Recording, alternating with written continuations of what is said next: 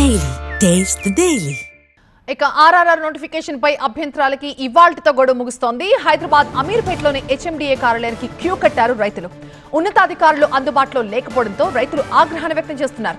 తమ విజ్ఞప్తులు ఎవరు వింటారంటూ అసహనాన్ని వ్యక్తం చేశారు. హెచ్ఎండిఏ నోటిఫికేషన్ పై అభ్యంతరాలు చెప్పేందుకు వచ్చిన రైతులు తమ భూముల్లోంచి రోడ్డు వేయొద్దని చిన్న రైతులు విజ్ఞప్తి చేస్తున్నారు.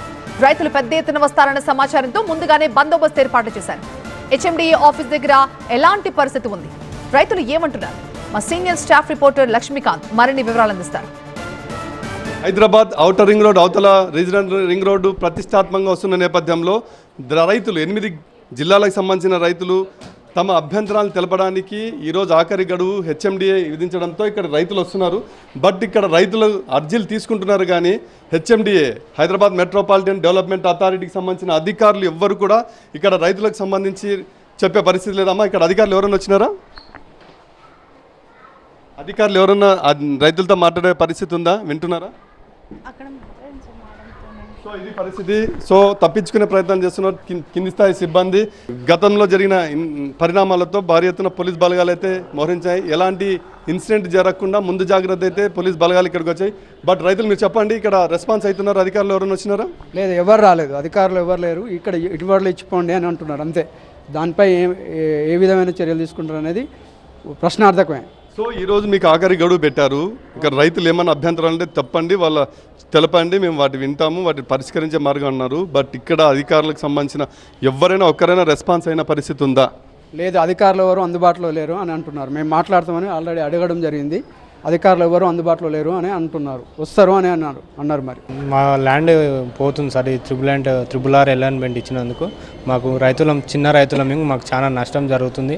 మాకు ఎవ్వరికి ఇన్ఫర్మేషన్ లేకుండా డ్రోన్లతో వచ్చి హెలికాప్టర్లు వచ్చి సర్వే చేసుకొని మీ సర్వే నెంబర్ పెట్టి మమ్మల్ని నష్టం చేస్తున్నారు సార్.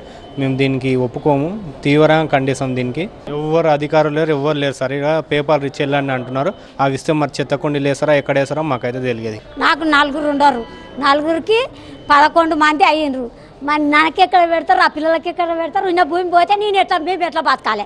మమ్మల్ని అందరిని బొందబెట్టి మా మీదకి వెళ్ళి రోడ్డు దిగిండ్రి. గంతే, ఇక మాకు ఎక్కువ ఏం వద్దు. ఒక కొడుకు ఒక బిడ్డ సార్, మా భర్త లేడు. ఆ పొలం పోతే నేను బతకలేను సార్. మాకు ఉన్నది ఇట్లా 2 ఎకరాలు ఉంది, పొడుగుడు ఉంది, అంతా నా దాంట్లోకి వెళ్ళి పోతుంది.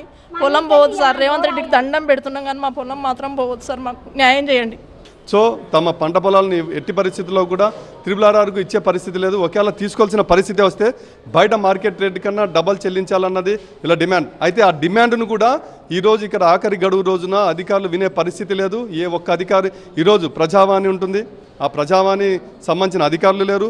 ఈరోజు ఆఖరి గడువు అని చెప్పినటువంటి అధికారులు ఏ ఒక్కరు కూడా ఇక్కడ లేకపోవడం, ఇక్కడ వచ్చినటువంటి రైతులు మొత్తం కూడా చివరికి వెనుదిరిగి వెళ్ళిపోతున్న పరిస్థితి ఉంది. పోలీస్ అధికారులు అయితే కట్టుదిట్టమైన ఏర్పాట్లలో ఉన్నారు, కానీ రైతుల సమస్యలు వినడానికి మాత్రం హెచ్ఎండిఏ అధికారులు ఏ ఒక్క ఉన్నతాధికారి ఇక్కడ లేకపోవడమే రైతులను మరింత మనోవేదనకు గురి చేసే పరిస్థితి ఉంది. ఇక్కడ కెమెరా పర్సన్ ప్రసాద్తో లక్ష్మీకాంత్, TV9 హైదరాబాద్.